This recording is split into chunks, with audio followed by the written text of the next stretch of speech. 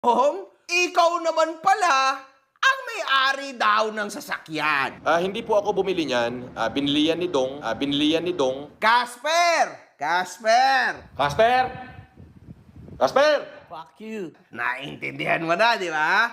Ayan ang sinasabi ko sa'yo. Kita mo yan, di ba? Nakapangalan na sa amo mong unggoy ang sasakyan na yan, ngunit itinuturo niya pa rin kay Dong. Ganyan ang mangyayari sa'yo, di ba? Well, nangyari na sa'yo. Nagreklamo yung Ian. Ganda tanghali po. Ako po si Ian. Nananawagan na sana ay makuha kong aking natitira sahod kay FLM. Yung po ay para po sa pamilya ko. Pero ikaw ang itinuro. So yun. So yung sasabihin hindi pinasweldo, unang-una hindi ako nagpapasweldo sa kanila. Pangalawa, hindi ko sila empleyado. Okay? Na may pinirmahang kontrata. Pinakiusap sa akin yan ni Casper dahil wala raw masusilungan. Kasi ikaw daw ang amo ni Ian, hindi daw siya. Bahala sila ni Casper mag-usap regarding sa sahod niya. Hindi niya ako pwedeng i-implic doon. Unang-una, hindi ko naman siya kinuhang empleyado. Pinakiusap nga lang yan ni Casper na kahit kain tulog lang. Oo. Naintindihan mo, Casper, kung gaano kadelikado ang posisyon mo ngayon, ha? Lalo na't mainit na ang tao na yan sa mga government agencies. Yari ka dyan. Mamaya dyan, sabihin dyan, ikaw lahat nag-utos sa kanya. Pwede yon. Tapos wala kang kalaban-laban, wala kang nga kahit isang singkunduling, paano mo mapagtatanggol sarili mo? Yari ka, boy. Kita nyo to, mga kahobre ko? Itinuturo niya na si Dong Batalan daw ang bumili nitong sasakyan na ito. Pero, there's no excuses, Norman. Still, pwede mo naman tanggalin yung sticker na yan. Ikaw na lang sa sarili mo ang may ayaw kasi mayabang. Yan ang totoo. Nilalagay mo pa nga hanggang ngayon yung Marcos na plaka dyan sa E150 mong bulok eh. Hindi ba bawal yan? Hindi ba sinabihan ka na ni Asek Lacanilaw na bawal mong ilagay ang Marcos na pangalan na yan? Ha? Sa harap kasi unang-una sa lahat, hindi ka Marcos. Pangalawa, kahit yung mga lehitimong mga Marcos, hindi nga naglalagay niyan. Ang mga lehitimong Marcos, hindi kasing yabang mo. Ayun ang totoo dyan. Hindi na para ipagyabang pa nila, Marcos kami. No. Una sa lahat, kutis pa lang kita na. Itsura pa lang kita na. No need na sabihin na Marcos siya. Ikaw lang ang bukod tanging Marcos na ipinapangalandakan kahit sa sasakyan niya na Marcos siya. Ngunit hindi naman talaga ikaw Marcos. Yun ang problema, Norman. Naintindihan mo? Kasi ginagamit mo yung sticker ng Senate, yung pangalan na placard na nakasulat Marcos para sa ikakagaan ng buhay mo. Para may VIP treatment ka. Ayan ang totoo. Sa yabang mong yan. Alam na ng lahat yan. Kaya automatically, bawal yan sa'yo. Dapat ka talagang maparusahan. Babawasan ko lang yung masyado kasing loaded, masyado marami. Since sinabi ng aking mga abogado na kami nang bahala dyan sa kaso na yan. At hanggat di ka tumitigil, hindi tayo makakapagdagdag ng panibagong kaso. Diba? So kung napapanood pala ng abogado o ng mga abogado ni Norman Gusgusi ng mga videos ko, nare-realize din ng mga abogado niya na we are just stating facts. Nare-realize lang ng mga abogado niya na we are just answering sa mga kabulasnugan at kabalbalan niya, sa mga kasinungalingan na sinasabi niya against me. Bakla yan, no? So ang mga context ko o content ko ay hindi with malice, kundi to protect myself sa internet. Kasi kung ano-anong binabato ng kliyente nyo sa akin eh. So you know, di ba? Pinapakita ko lang sa internet kung gaano kasinungaling si Norman. Paulit-ulit-ulit. And it's not even me. It's him who's doing this to himself. So ano ang gagawin mong kaso, Norman? Tulad nung kasong na-dismiss sa Isabela na ikinaso mo sa akin? Balat sibuyas ka no, Norman?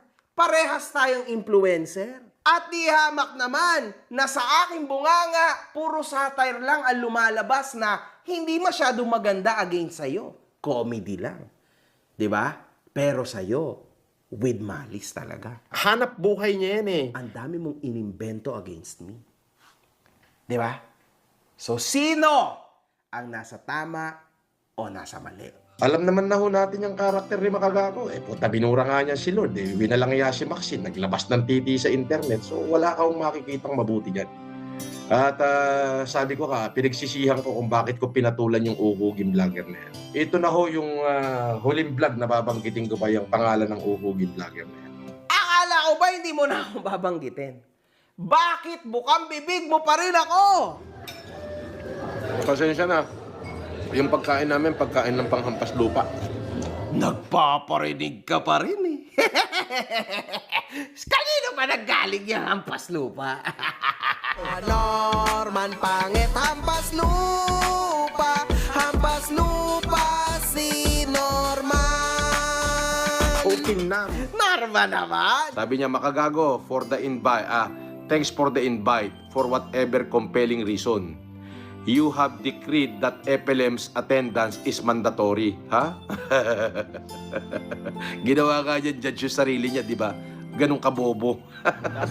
Boss, pa-sound trip mo naman. Kanta ni MG sa'yo. Huwag yun ang pagkiti pangalan ng taong yan. Di ako interesado na dyan. Mukhang gigil na gigil ka. And yes, Norman, kahit anong gawin mo, hindi na makakalag ang pangalan ko sa pangalan mo kasi hindi kita iiwan. Kahit ano mangyari, hindi kita iiwan. Dahil gago ka. Dahil gago ka. Kaya parati mo tong isipin. Ikaw ay magpasalamat lagi. Kasi kung hindi na kita mababanggit at hindi na kita i-content, mababaon ka. Sino namang manunood sa'yo? Oo, wala. Oo. Kundi yung mga taong mauuto mong mga ob sa tabi-tabi. Ngunit, dahil sa araw-araw na ginawa ng Diyos, we are always and forever spreading good vibes and at the same time, awareness at real talk. Hindi na mawawala ang tingin sa'yo ng mga tao. Kasi milyon na kasama na ang media ang nakapagpakita sa mga tao kung gaano ka ka-deceiver, kamandarambong, at hindi dapat pakinggan. At walang credibility dahil sinungaling ka. Yon! Tanga! At unang-una higit sa lahat, gusto kong batiin pa rin yung ating mga supporters. At syempre, pati na rin yung mga basher natin. Magandang umaga sa inyong lahat. At dinadalangin ko ang pagpapala ng Diyos sa inyo. Sapagkat kayo rin na isa sa mga dahilan kung bakit sobrang napakasikat ko ngayon. Kung wala kayo, baka hindi rin ako ganitong kasikat. Actually, ipinagpapasalamat ko yan kasi nakadagdag kayo sa aking kasikatan. At dito, mga kahombre ko, siya ho'y nagpapasalamat daw sa mga basher niya. Ngunit ito sa pagkakaalam ko, mga kahombre ko, hindi ho niya mahal ang kanyang mga basher. Imagine niyo, Facebook niya nga naka-off comments. Pangalawa, mga kahombre ko, minsan binabago-bago niya pa yung comments na binabasa niya. Sabi ni Fit Chico, mas mabuti pa na lang si Makagago. Ang galing Sabi ni Fish Tico, Makagago, hahalik ka sa lupa. Malapit ka na pabagsakin ni Norman. Sayang ang palipad ni Unggoy. Pangatlo, pinagmumumura niya mga basher niya. 250,000 saan ka nakukuha ng pera, gago? Mas gago ka, tarantado. Eto, suot ko pa lang 3,000,000, bobo. Yung sing-sing ko pa lang 4.2, 3 karat, bobo. Gawa ka ng bagong channel, tayo na mo, bobo. And wag mo kakalimutan, Norman, pang-apat. Basher mo na nag-comment dyan ang motibo ba't nangyayari yan sa buhay mo? CJ Uy, boss, tinira ka ni Makagago. Hayaan mo siya, gago yun ba't mo papasinin yun? Wala akong pakialam doon, unggoy yun. Ano ka ba? Yan ang hanap buhay nun Diyan siya nabubuhay. Subukan mong walang vlog yun, walang hanap buhay, hindi kakain yun. Pero duwag yun. Duwag yun. Oh, ang tunay na matapang, dapat pag matapang ka, puntahan mo sa harapan ng bahay, doon mo hamunin yung kalaban mo. Kung matapang ka. Katulad ko. O, di ba nung pandemic, puta, sa harapan ng bahay, pinupuntahan ko lahat ng taong kinaasaran ko. Binibidyo ko sa harapan ng bahay nila. Ganoon ang matapang. Hindi yung ngaw-ngaw ka sa social media, tapos ang layo-layo mo, tapos hindi ka nagpapakita, di ba? Porket alam mong malayo ka, kaya ang tapang-tapang mo. Ganon lang yun. Kung matapang ka, eh di ano, oh, di ba? Makaunggoy? Duwag yan. Diyos ko. Sampigahin ko pa yan. Pag nakita ko, pitikin ko sa ilong yan eh. Diyan nagsimula ang lahat, Norman. Dahil sa kaistupidohan mo. Di ba? Nagsabi lang sa'yo, hindi mo nga napanood yung mga content kong documentary sa'yo, pinagbumura mo na ako. Ayan tuloy ang nangyari sa buhay mo. Dahil sa pagkakamali mo na yan, babalik ka sa Hoyo. Palakpakan! Ang putang ilang yan! Tapos magpapasalamat ka sa mga basher mo. Salamat bakit? Dahil sa kanila, mababalik ka sa Hoyo. Baliw! At baka ako ho ay maglaylo muna sa pag-YouTube. Oh, sapagkat wala pa naman ho akong pin dito, wala pa naman ho akong natatanggap na sahod. Ewan ko ba naman kay YouTube, bakit yung pin ko at tagal-tagal ipadala. Ngunit, noong nakaraan lang, eto ang sinabi niya. Ang lahat po, kumita po ang aking YouTube na magmula nung November hanggang ngayon po, ay kumita po ito ng $16,000 US. At yung $16,000 US po na yon, uubusin ko po lahat sa 31 and 1 para maipaabot sa ating mga kababayan. Naisip ko nga sana yung mga estudyante, di bale, sunod na lang natin yan. Unahin ko muna po itong 31 and 1, makikita niyo po yan live broadcast. Magla-live po ako doon sa lugar na yon at makikita niyo po kung ganong karami yung preparasyong aming ihinanda rito. Boss, may pera ka pa po ba? Abay, oo naman. Oo naman. Nakabayad nga ako kahapon eh. Nakapagpasweldo rin ako ng mga tao ko. Oh, ano pa? Kumita nga yung YouTube ko eh. Oh, kaya nga mag-humanitarian ako eh. Oh. Pero sige na lang. Kunwari na lang nagsasabi ng totoo si Norman. So, mga kahombre ko, kinabukasan ho agad after nung sinabi niya na maglelelo siya ho'y nag-live agad. And so on, mga kahombre ko, hanggang ngayon nagla-live siya, di ba? Akala ko ba lelo ka sa YouTube? Norman naman, sino bang niloko mo dyan, ha? Wala namang kwenta yan eh. Shout out sa mga katimpak shit ko. Oh. Yung mga... Ano yan, Casper? National ID ko, boss. Kumuha na ako. Ito na ba ako? Online? Hindi, boss. Ano? Rumekta ako. Oh? Yung nagbakasyon ako. Kumuha Hindi. na ako. Lahat, pati tin ID, kumuha na rin ako. Puta, bakit Casper nakalagay dito? Hindi, oh. Bawal mo.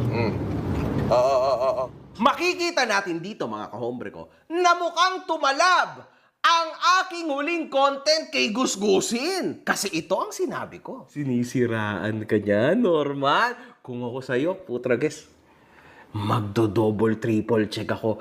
Alam mo, meron nga minsang naglilik na kung ano-anong usapan daw kuno ni Casper at ni Puginius. Oops! Norman. Nako po, Norman. Nako, Norman! Baka kung sino yung kausap ni Casper. At mukhang mga kahombre ko, nawawala na ho ang tinatawag na trust ni Norman sa kanyang aso. Kasi syempre mga kahombre ko, di ba? Ikaw na nga naman ang baka nakakausap talaga ni Casper si Puginius. Pero Norman, uulitin ko lang sa'yo, nasa 80% na. Nakakausap ni Casper si Puginius. At Norman, alam mo ba, meron akong ipapakita sa'yo. Gusto akong makausap ni Casper! Oops! Ipapakita ko sa'yo. Ito, diba, Norman? Kaya sabi ko sa'yo, sa akin ka maniwala. Hindi ako sinungaling, Norman. May something yan si Casper. For sure, hindi mo alam yan. For sure, hindi niya sinabi sa'yo yan. Kasi si Casper gusto na magbagong buhay, Norman. At sa totoo lang, Casper, naaawa din ako sa'yo. Kasi sabi ko nga, mga kahombre ko, kung aayusin niya yung pamilya at mga anak niya, okay na tayo doon, mga kahombre.